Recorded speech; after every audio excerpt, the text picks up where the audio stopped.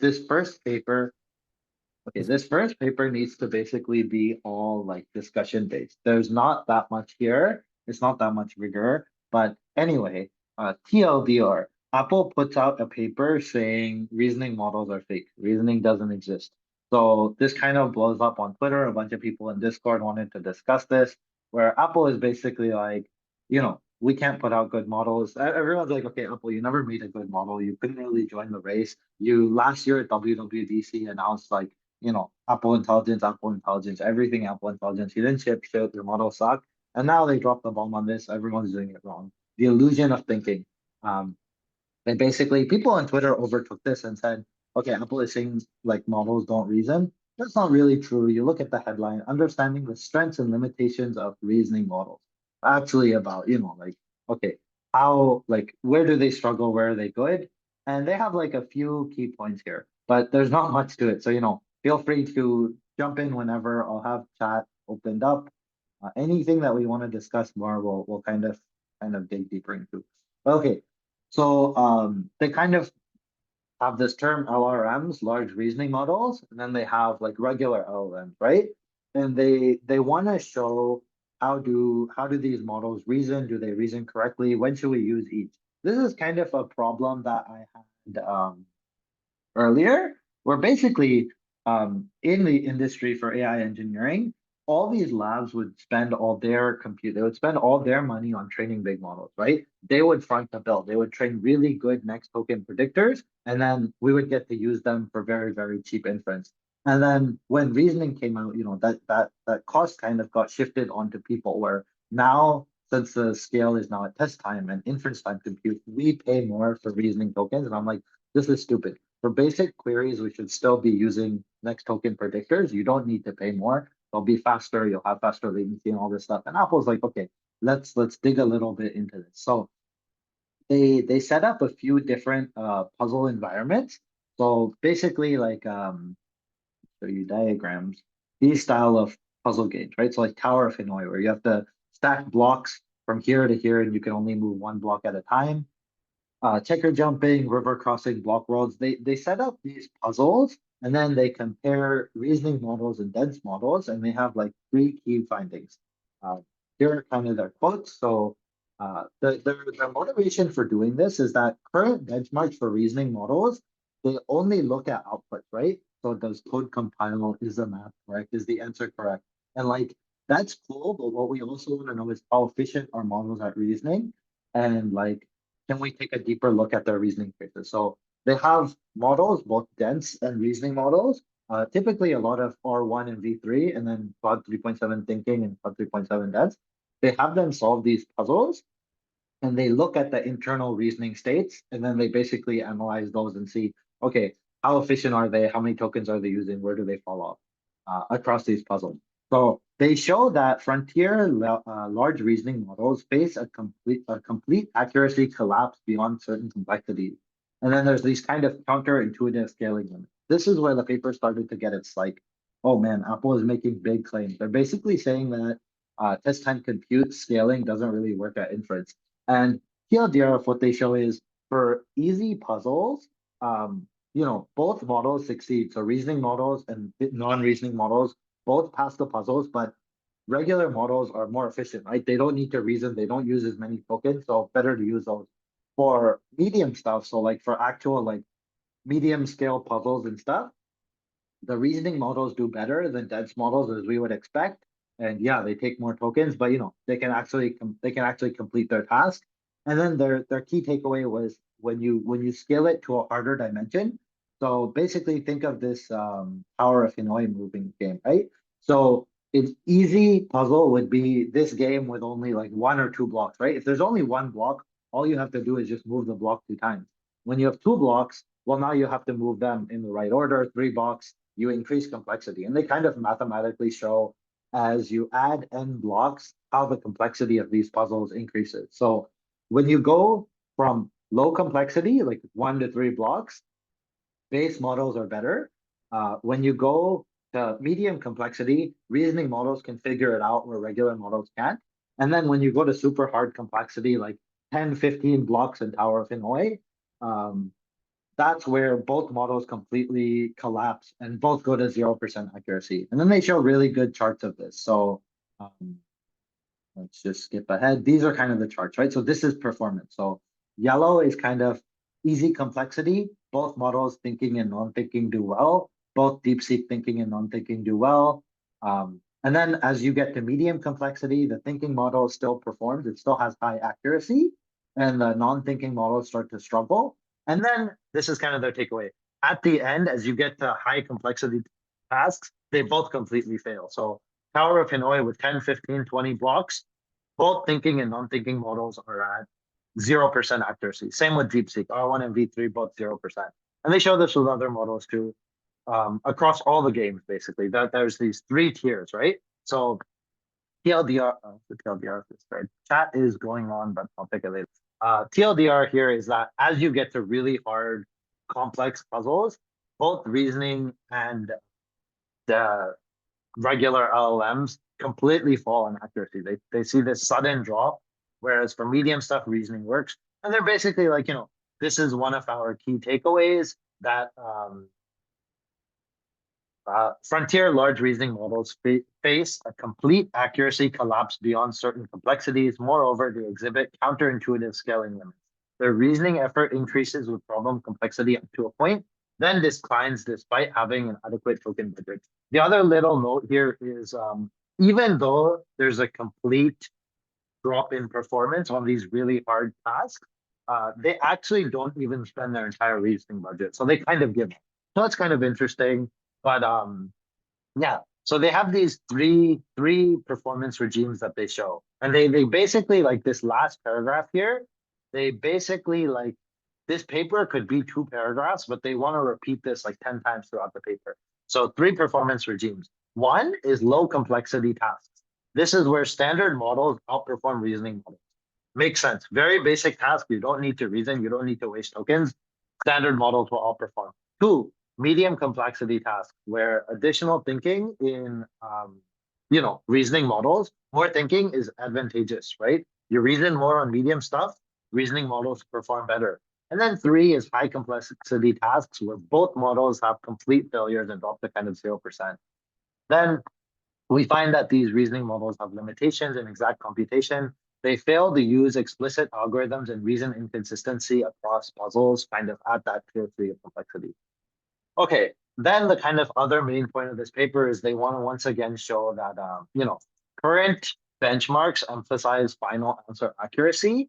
They don't look at reasoning traces and, structure and quality of how well they think. So their puzzle experiments kind of show this. Cool, let's continue on. So the models they kind of do, they don't use OpenAI O3 and O1 because they give summaries of reasoning traces. They use R1, Claude 7 thinking, Gemini thinking, because they have direct access to thinking traces, and then they kind of dig into there. Cool. In the appendix, do they define these 3 regimes by these properties? I.e., is it easy for is it i.e., it is easy if non-reasoning does well. Yeah, they kind of just define it as, easy, less complex tasks, medium complex tasks, and then really hard tasks. And they do have a mathematical definition for this. So for all of these puzzles, they explain out how complexity changes. So like for the Tower of Hanoi, this game, the difficulty can be controlled by the number of initial disks. The minimum, because basically you can find out the minimum number of steps required to finish the game. It's 2 to the n minus 1. And then they show how complexity changes with all these. So same thing here. For checker jumping, the complexity can be controlled by the number of checkers. With 2n checkers, the minimum number of moves required will be n plus 1 squared minus 1.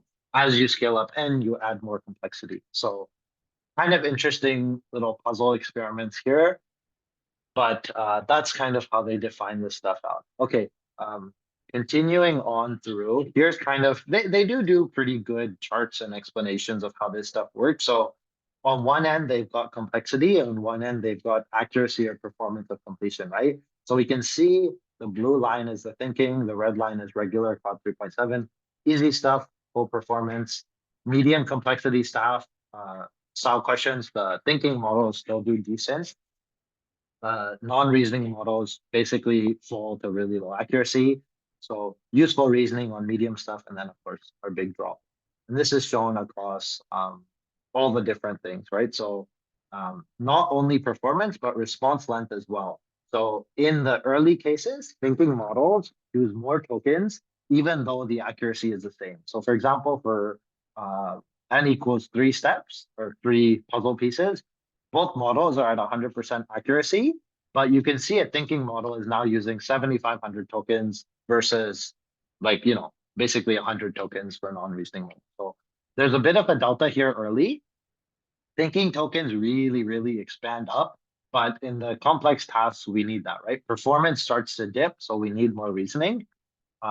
It's an interesting setup of matching reasoning tokens to performance. Like the recent May 27th DeepSeek release, one thing that they mentioned was they basically did more RL and they got the model to reason for twice as long and it performs better. It's like 10% better performance on reasoning benchmarks, but it uses twice as many tokens. So on average for like AIME, it went from like 12,000 to 24,000, but it gets better performance. But then this just shows, in basic stuff, you don't want this. It's going to lead to more latency. It's gonna be pretty bad.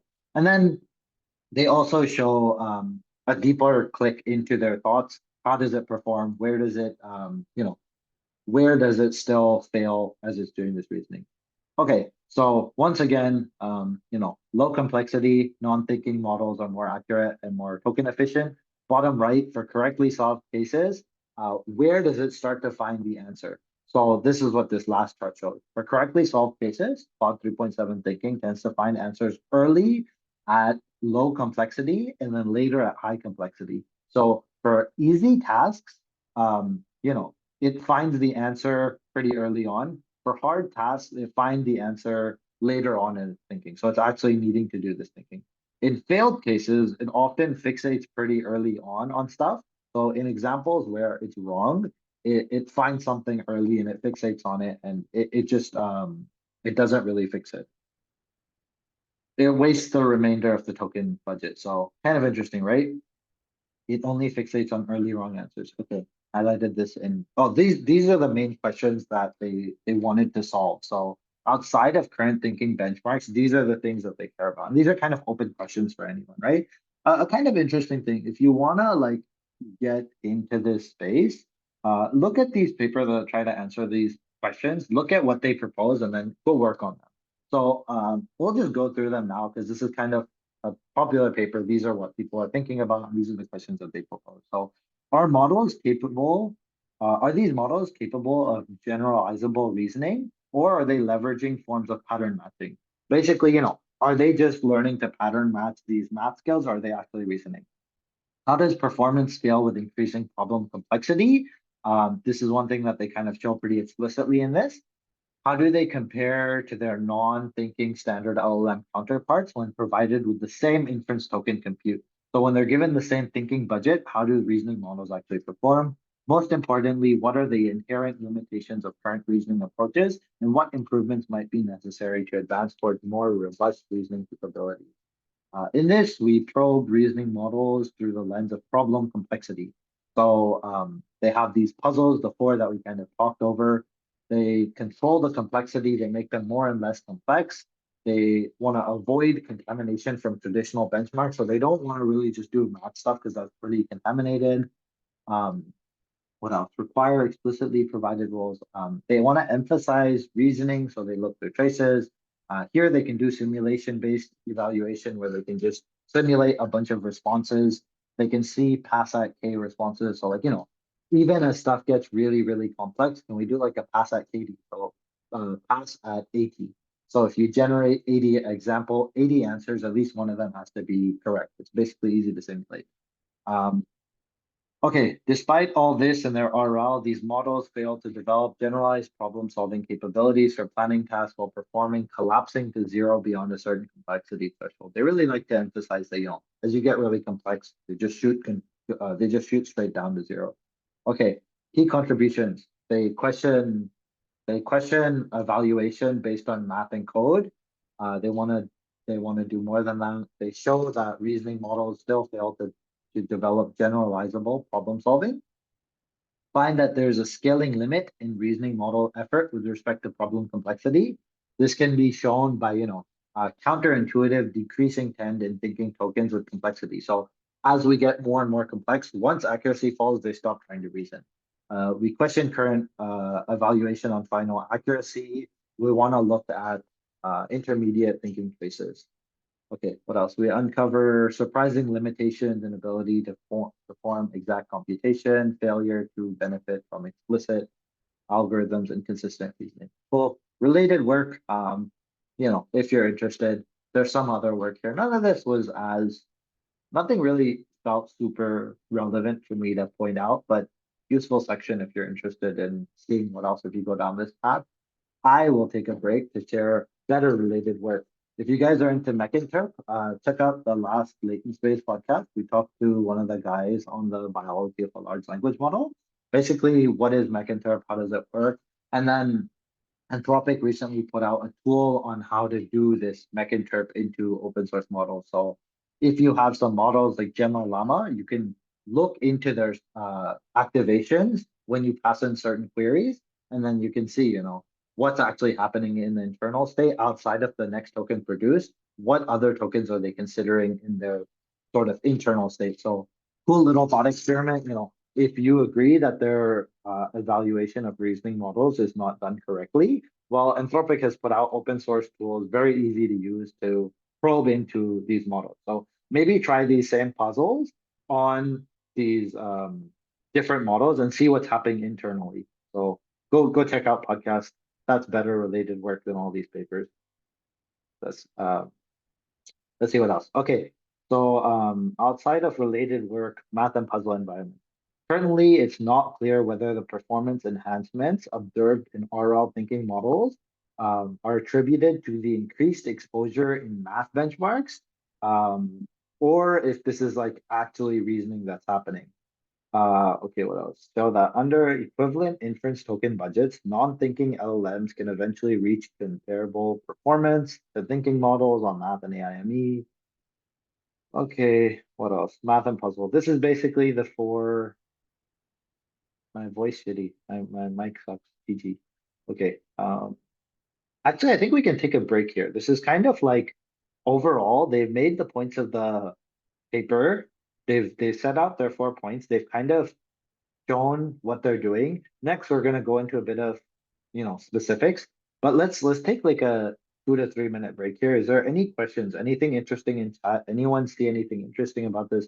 If anyone wants to unmute, share questions, thoughts, comments, any clarification on the points they're making, I think it's a good time. We can take a few minutes here. I know chat was pretty active. I didn't see much of this. Yes, Jimmy says our prize is basically puzzle games now. It's good because it's distinct. It's also interesting to see whether, from like a first principles perspective, if you do math, does that mean you're good at puzzles? Are these skills that necessarily transfer over? Open questions. How do they use R1 to solve multimodal problems? They're not actually doing this multimodal. So they show this in the appendix, how they map out these questions and prompts, but these are not multimodal problems. So one thing that's known is Anthropic is really bad with vision. We can see this in Pokemon, but basically they map it out as text, unless I'm mistaken. But they're doing text, so you're a helpful assistant, solve puzzles. Here are the rules. Here's what it does, and then they explicitly tell it as well in your reasoning. Map out what's going on step by step. So the requirements. Here's this. Ensure your final answers include a complete list of moves in this format. So that solves the reasoning. Okay. Someone agrees about thinking. Okay. Interesting thread on Twitter about this paper and criticisms. Oh, there's a Twitter thread about criticism. Honestly, I had basic criticisms, but maybe we dig into that if we have time. Do they define these properties? Yes, basically by complexity. Do they try out test time compute beyond RLVR style reasoning? For example, did they use tool calling during the reasoning or LLM as a judge for putting techniques, team search? I don't think they mention anything about that. This is the mathematical definition of puzzle complexity. problem space grows exponentially. Yep, cool. Okay, I think we're gonna continue on through paper. If anyone else has anything, ooh, someone has hand raised. Interrupt, just interrupt. Hey, yeah, can you hear me? Yes. Cool. I don't know if either any of you guys read the other papers that they referenced. There's one on token bias. And I feel like this goes into the question of like if they're actually reasoning or not, or if they're pattern matching. And they were showing that there's a like quite strong token bias, and if you change basically anything on the superficial level, then the success like greatly diminishes. And I feel like that is an important aspect here because then it's not really um, generalizable. It's just based on whether it's been seen before or not. Very interesting. Hey, if you can share which paper, I'm sure people here Yeah, already I'll share know. the paper. There were two actually that they referenced that I thought were really helpful for context. I'll put them both in the chat. Go. Awesome. Well, I guess never mind. Not all related work is fake papers. Token bias paper is pretty good. We'll open it up just for people to peek into token bias. LMs are not genuine reasoners. So for those interested, like this paper. It's a good one. And of course, anthropic work is always good. Check out that. Okay, puzzle environments. If anyone else has stuff, this is the short paper. So Ted, I see your hand is up as well. Feel free to pop in.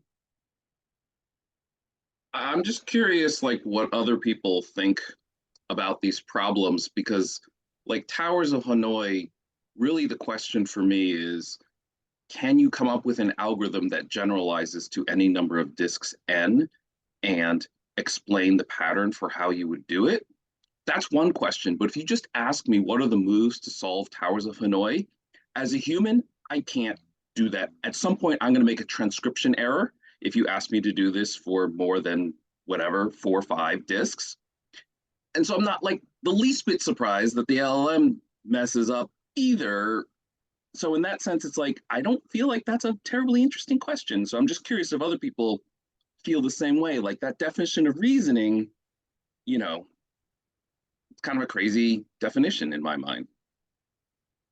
Yeah, it's an interesting match. I thought the puzzle examples were kind of weird when you're doing puzzle games like this, where yeah, like it's interesting that the reasoning model like Claude 3.7 thinking does pretty well. It has like 70-ish% accuracy with powers of Hanoi of 7 blocks, which is yeah, it's not easy. I can't even like map that out and draw it out.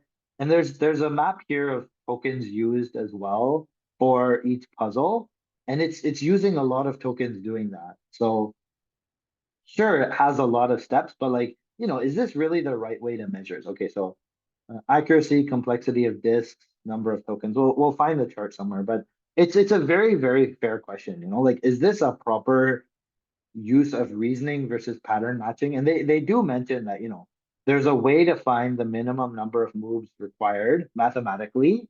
So if prompted, if given this, is it meant to reason and deduce how to first solve it? Is it meant to play through the game? Like there's many approaches, right? Like I don't even know what's the optimal way to solve this, right? Should I first think of mathematically what's the optimal way to play the game, then play the game? Or should I just trial and error, play the game, memorize state, and win the game? It's a very interesting way to think of reasoning.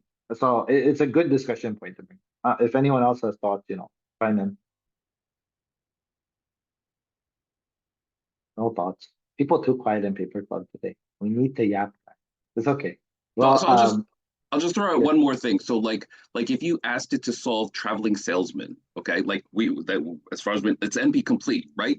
So the only way you can truly solve it is to exhaustively try all the different things. That wouldn't be a very interesting thing to ask an LLM to solve. And yet I don't see a huge gap between Towers of Hanoi and traveling salesman unless you specifically say find the algorithm so that you don't have to actually think about the individual steps so that you just have a recursive solution. And as far as I can tell, they didn't really look for that pathway. So I don't know if anybody else, if that stirs any more comments from other people. I kind of see what they did too, right? Like these, so an interesting thing is LLMs are not stateful, right? Like, is the optimal thing to just solve the solve the game or are you asking it to give you a broader solution algorithm? Like it was prompted to solve the game, right? So I get that it solves the game. Now in the other as well, like I guess it's interesting to see can it verifiably, find an optimal route to play the game and then verify that that's correct. So it's all interesting stuff. But I think that their points here still do hold, right? Like these models do collapse at some level, even when they have a large thinking budget. And the points they're making, like non-reasoning models can't solve these, but reasoning models can. And these are like non-reasoning models that have been trained with chain of thought, with RL to give good, like, thoughtful step-by-step answers. So reasoning is doing something here. And they have a whole section on this. Don't they also provide the algorithm in the prompt at some point? Crazy. Let's see. Prompt design, no, they give rules. So the disks are numbered from Check section 4.4 in the first paragraph there. 4.4, first paragraph, right here. Yeah, as shown in figures 8A, 8B. Even when we provide the algorithm in the prompt, the model only needs to execute the steps. Performance does not improve as observed collapse. The observed collapse still occurs at roughly the same point. So 8A and 8B. Basically here, where they do give the algorithm, it still fails. So complexity, the algorithm given versus default. So it seems like, let's keep looking at pod. So with the algorithm given versus not giving the algorithm, not giving the algorithm actually does well. Very weird. Is the behavior the same in DeepSeek? DeepSeek has the opposite behavior. Yeah, giving the algorithm kind of helps. But basically, I don't think any of this is statistically significant. Here it's better with the algorithm. Here it performs worse with the algorithm. I think part of this also has to do with the way that we consume these models via API, right? Like prompting reasoning models with scaffolding and giving them algorithms on what to do often doesn't work that well or is slightly underexplored. So I don't know if this is definitive, but yeah, it's interesting. You tell it how to do it, it still sucks. But yeah, I guess that they do run this experiment. Good note. Yeah, I feel like if you gave a human the algorithm, it would be able to figure it out, even if you made some transcription errors. Yeah, I think it's also like if you put into perspective, like Tower of Hanoi with 10 blocks, no vision, like tens of thousands of tokens. One thing that they do know is the model starts to question itself. It sticks to early solutions, right? So what's the early thing it should try, and then it kind of gets stuck, even if it verifies that that's wrong. So yeah, it's showing that it's not that good at this, and I feel like people would get frustrated too. Okay, back to this puzzle environments. Basically, very straightforward. I feel like we don't need to go that deep into this. They've got 4 different puzzle games. We can increase complexity with more n equals blocks or people or whatever.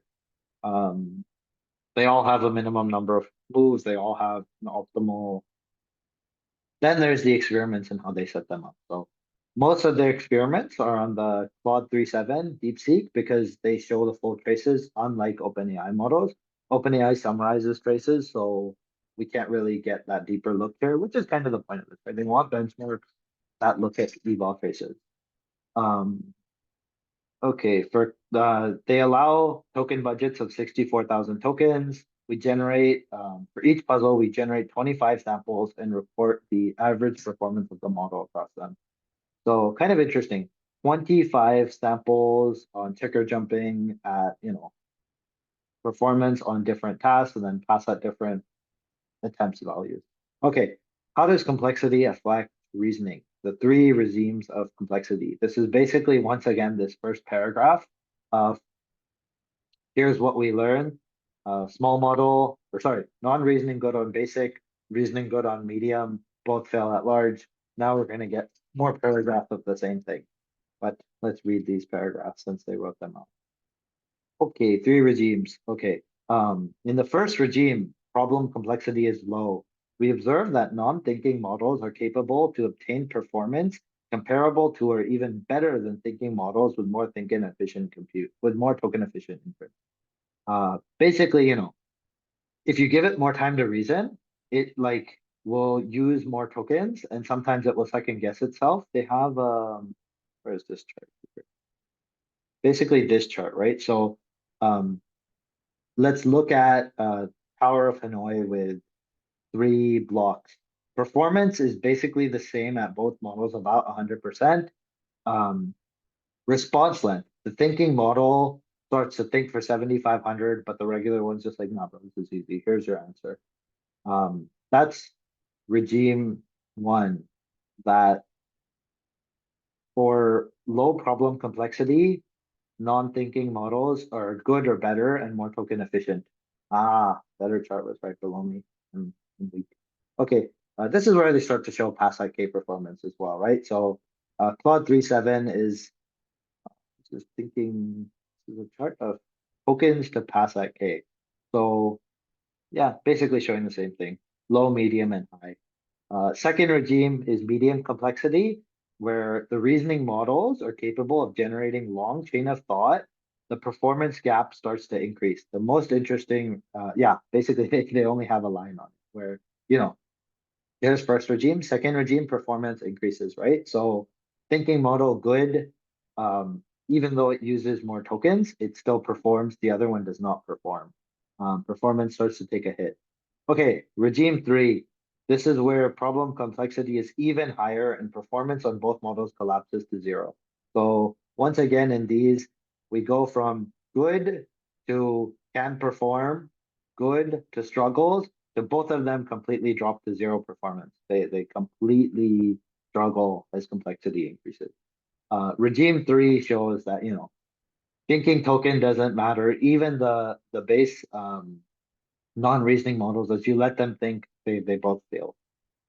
Both models collapse to 0. Results show that while thinking models delay this collapse, they ultimately encounter the same fundamental limitations as non-thinking. Okay, let's dig deeper into what this means. Collapse of reasoning models. Our experiments evaluate 5 state-of-the-art models, DeepSeek, DistillQuen, Claude 7 Thinking, O3 Mini.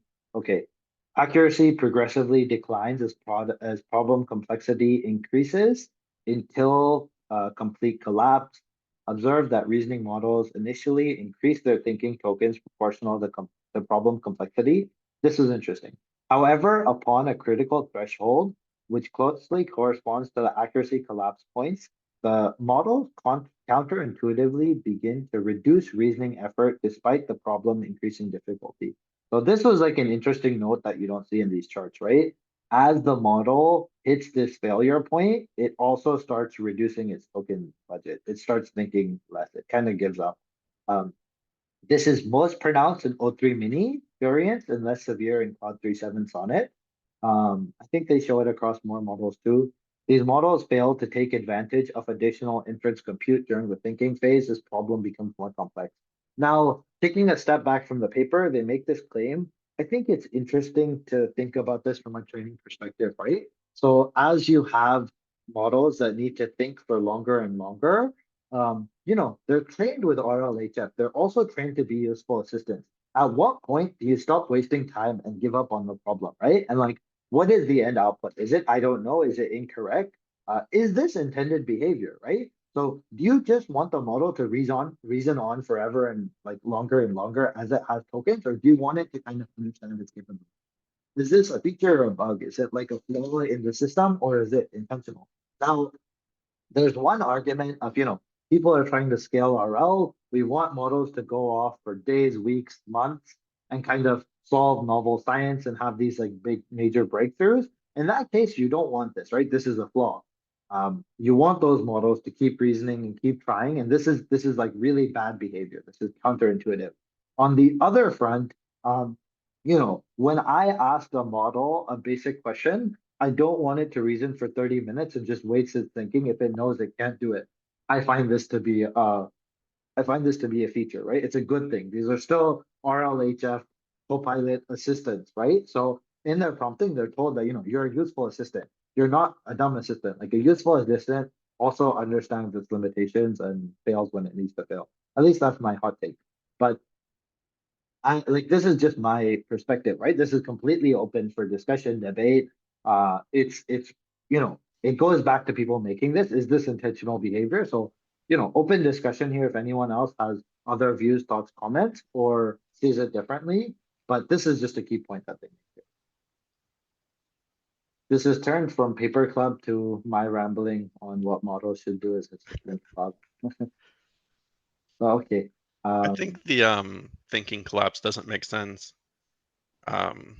Given that, if they provide the algorithm in some cases, it's sort of implied that the problem is solvable. So there should be some reason to say, oh, the person knows this problem is solvable. Here's an algorithm to do it. Let me actually try and think through it. Rather That's than fair, but I think that that's one of like the two charts that you showed there in the section 4.4. This is not what this is not what most of these charts are based off of. This just shows Okay. like they also tried giving it, and it still struggled. So like my example of this is like think like a Llama 1B or like Quen 3B, a small model. Even if you give it like the solution or like here's what you should do, if it can't do it, it can't do it, right? But I do see where you're coming from. Like I would still want it to keep reasoning if I give it that emphasis. I'm just saying that we don't know, like we know that it still fails when you give it that. We don't know if it stopped trying to reason or if it didn't use its full token budget, because that seems like True. it's a separate chart, right?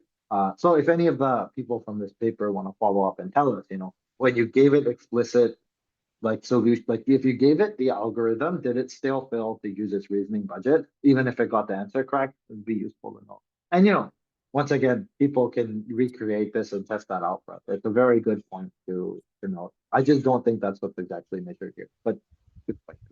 But also, isn't it? So we know LLMs are trained for probabilistic decoding, right? So like even if you give it an algorithm, then are you going to get the right answer if you have some probability of making a mistake? So you could give it infinite budget to actually run the algorithm and try to do the like the steps of it. But if you're allowing like a I don't know, like 10 or 15% error rate or something every time, like you don't expect to get the correct answer. And I think what people or what LMs actually probably do is that they can sort of approximate running the algorithm a little bit. And maybe in many cases, they can sort of interpolate existing solutions that maybe somebody has run this algorithm for some large number of like disks. But yeah, you don't expect with any budget that this works, I think. Completely fair point. Yeah. Okay, I'm gonna squeeze through this paper really quick. Once I realized I said this is a 10-minute paper and I've been yapping for 40. If but feel free, like this is useful discussion. There's not that much paper. So the whole point is to discuss it with people. Well, I see chat is active in Zoom. I'm sure Zoom will have a Discord thread as well if people want to follow up. So keep the discussion going. It's interesting. TLDR, what's happening inside reasoning models? They extract and analyze intermediate solutions. They look at the reasoning traces of 3.7 sonnet thinking. For simpler models, they often find the correct solution early in thinking, but then continue exploring incorrect solutions. I think this is fine, right? Like if I ask you like a very, very basic question, like, okay, what is the square root of 100? You'll know the answer, but you'll still be like, oh damn, is he fucking with me? Like, I think this is normal behavior. They call this phenomenon. This is a phenomenon is referred to as overthinking in the literature, and it leads to a waste of compute. Crazy, big, bold words. But I think it's fair. But who am I to think this? Okay, as the problems become more moderately complex, this trend reverses. Models first explore incorrect solutions and mostly later in thought arrive at the complex ones. So if I ask you something like, what's 257 squared? You'll probably be like, okay, 250 times 250, I can get a rough ballpark, and then you can work it out, even though you have the wrong answer. Probably not the right example I gave for a puzzle, but you'll like think of something and you'll get to it later. That makes sense to us. Then, as the distribution is shifted to incorrect solutions with higher complexity, collapse emerges, meaning that the model fails to generate any correct solutions with the within its thought. There's analysis of this. They show it. They break down these charts. Frankly, I think if you're interested, you can look at charts. I'd rather have more discussion. What else here? It can be observed that for simpler problems, the solution accuracy tends to decrease or oscillate as thinking progresses, providing further evidence of overthinking phenomenon. However, this trend changes for more complex problems where solution accuracy increases. Okay, beyond this, there's a collapse at zero. Open questions, puzzling behavior in reasoning models. Present surprising results concerning limitations of reasoning models. Let's see anything interesting in here. Yep, even when we give the algorithm, the model only needs to execute the steps. It doesn't improve. We kind of discussed this. This is noteworthy. We already covered this section. Highlights limitations of reasoning models. Part of this has to do with prompting. Okay, more on that. Okay, conclusion, TLDR, we're finally done. They're going to repeat that first sentence again. Models fail to develop generalizable reasoning capability beyond certain complexity threshold. Standard models outperform reasoning models at low complexity.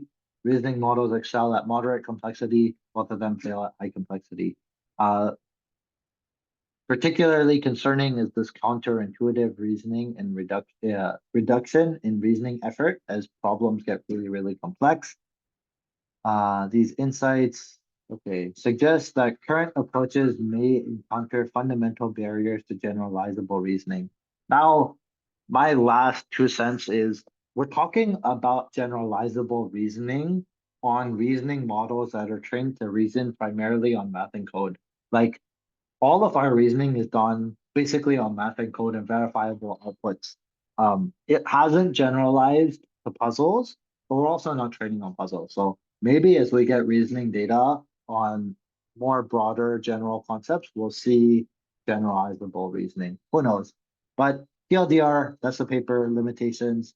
I highly, highly encourage people to try the McInterp approach. Check out the latest Anthropic stuff and you know, see if you can probe out any interesting findings on the McInterp side of this as you do these puzzles. If you're super, and yeah, check out podcast. If you're super into McInterp, Goodfire is another lab. They're hiring. I have a 7K referral. Use my name in your application. I get 7K. I'll share it with you. But okay, TLDR. That's the paper. I'm gonna give 3 minutes for discussion before I shift to the second paper because I thought this was too cute. Too short, too short. Any other thoughts, comments on this? This paper went too viral. Like this could have just been one paragraph in my opinion. Like, sure they have charts and this and that, but like bro, you're just saying that easy stuff, non-reasoning model, medium stuff, reasoning model, hard stuff, both fail. Not too much takeaway here. Yeah, I'm not Okay. sure if anything in this paper was surprising. I guess surprising was like, yeah, it starts to give up reasoning. I guess it's cool to see like a chart of like this, Tower of Hanoi at 3 takes significantly more steps. This is basically what I was saying is O1 came out. Like, yeah, we don't need to pay, 7,000 tokens for something that a base model can do in like 100 tokens. I don't like passing cost on. It's not even just a cost thing. It's also like, uh, it's a factor of like latency, right? It takes a lot more time to reason through 10,000 tokens. On a cost stance, like, yeah, O3 just basically became free, right? They just reduced cost 80%. So cost is one thing, but then, you don't get around generating 10,000 tokens. But yeah, it's very detailed. Charts are very good. If you're interested in doing more work, check out appendix. They explain this stuff, how they describe the problem, system prompts. All this stuff is good, prompt templates, simulator, how they do puzzle simulators. Like, it's a good paper. Apple did interesting stuff here. Is there anything to predict which regime you're in without running the experiment? It's a great question. No, they don't have any way to predict this, right? I think it's like intuitive bias though. Like I think routing companies should figure this out. I think like models with hybrid architectures where you have, easy questions sent to parts and then harder questions sent to other parts, dynamic routing internally, that should figure this out. But like, Yeah, depending on how you build your system, right? Like we've done routing. So if a question is simple, you should send it to simple model. But no, they don't have a great formulation of this. In this case, for puzzles, they do. Here you can mathematically measure out complexity, right? So there's a minimum number of steps for n number of puzzle pieces, and you can increase complexity, and then they measure out for this example. Their buckets divide at 3, 10, 3 and 10. So for their use case, they can mathematically do it. I'm sure that you can find a way to, if you can measure complexity in your problem set. So let's say you've got like a problem, right? Let's say it's recommendation systems, right? If you can measure your complexity of tasks and bucket them accordingly, you can find these points, right? As long as you can classify, as long as you can somehow quantify the complexity of your task and bucket it. For easy tasks, you should see the same. For medium, wherever that bucket is, you can see reasoning models, and then you can see a complex task where you need a guardrail or a fallback, right? So this is stuff that you can do, but you do need like some level of, you need a way to verify how complex something is, even if it's like judge vibes based. And then you probably need actual data to verify this. But the point should remain. I'm optimistic in people building these systems. I am doubtful that many people are doing it though. Cool. Thanks. Of course, of course. Okay, Ted, last question. Yeah, just a quick comment. So you talked about measuring complexity. You know that measuring AI ability to complete long tasks, what they did is they stopped seeking mathematical complexity and they just timed humans to see how long it took them to do these programming tasks. And I think there's an interesting point there because I was saying in the chat, like at some point, Towers of Hanoi, even if I've got the algorithm written down, I'm going to screw it up. And so it might take me longer than it should to do 7 compared to 6, because 6 I got right without mistakes, but 7 I messed up. And so it might show a similar phenomenon with the LLMs here. If you rate them against the scale of human time, if human time actually goes up like super exponential because people start messing up, then that would say that the LLM ability is a little bit more analogous, actually. Yeah, makes sense. I really Yeah. like how Ted is framing it. And this paper doesn't quite I firstly I really appreciate the paper. I really appreciate how they help us think about easy, medium, high complexity tasks. It also doesn't quite gel with what I'm seeing though, in the sense that even with Claude 3.7, we were able to get it to perform hours-long tasks. And it's able to get it done correctly. Now, granted, that's code, and we give it all the tests. It writes its own test harness, and then it figures it out. And of course, it's not building a new feature from scratch. It's working with an existing code base.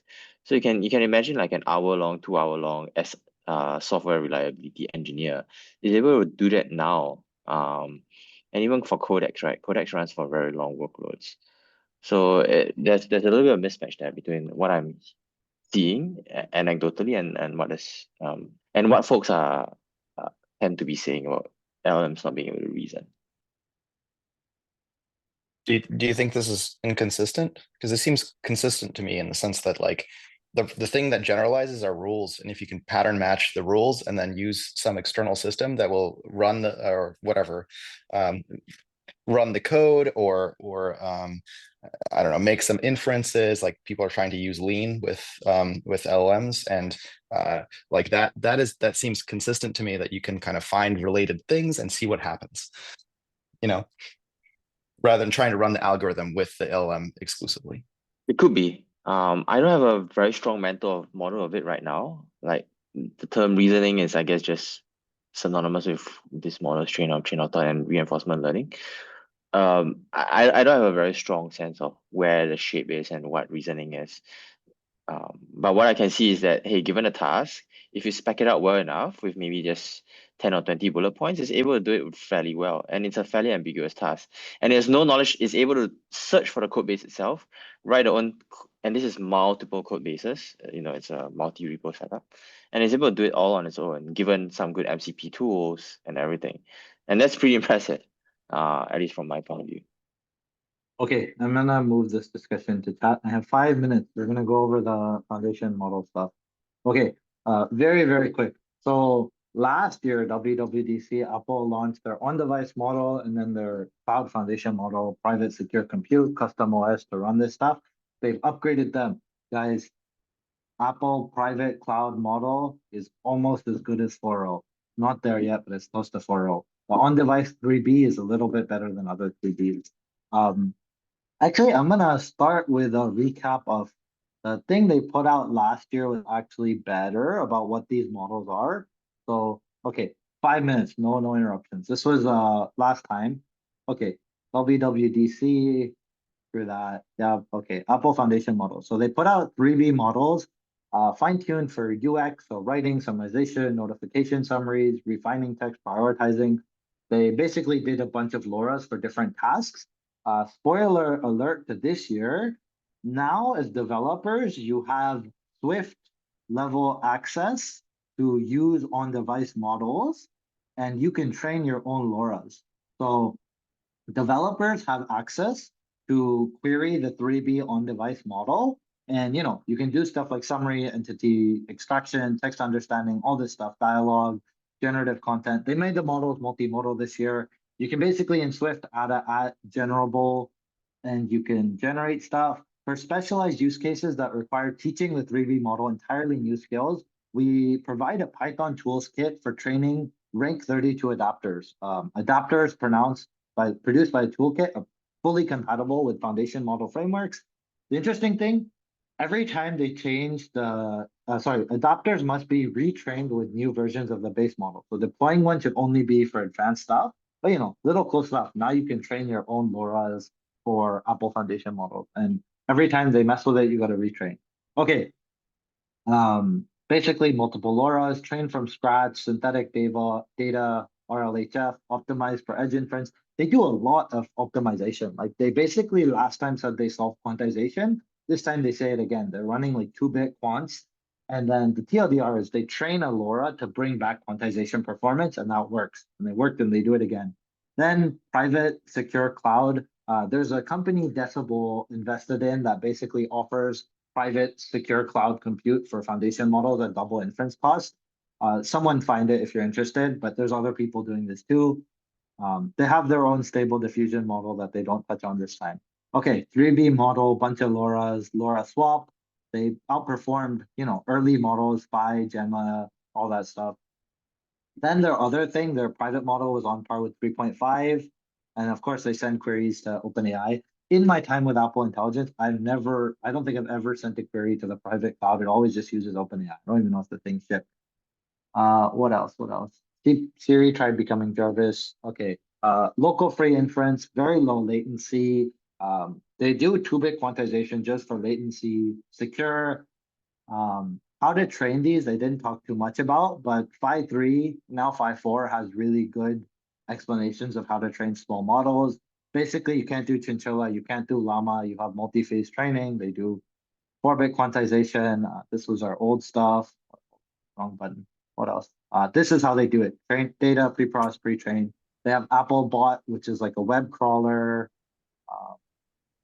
What else? Hybrid training, optimization, 30 tokens per second, low latency. Okay, that's the last one. This was the takeaway of last year.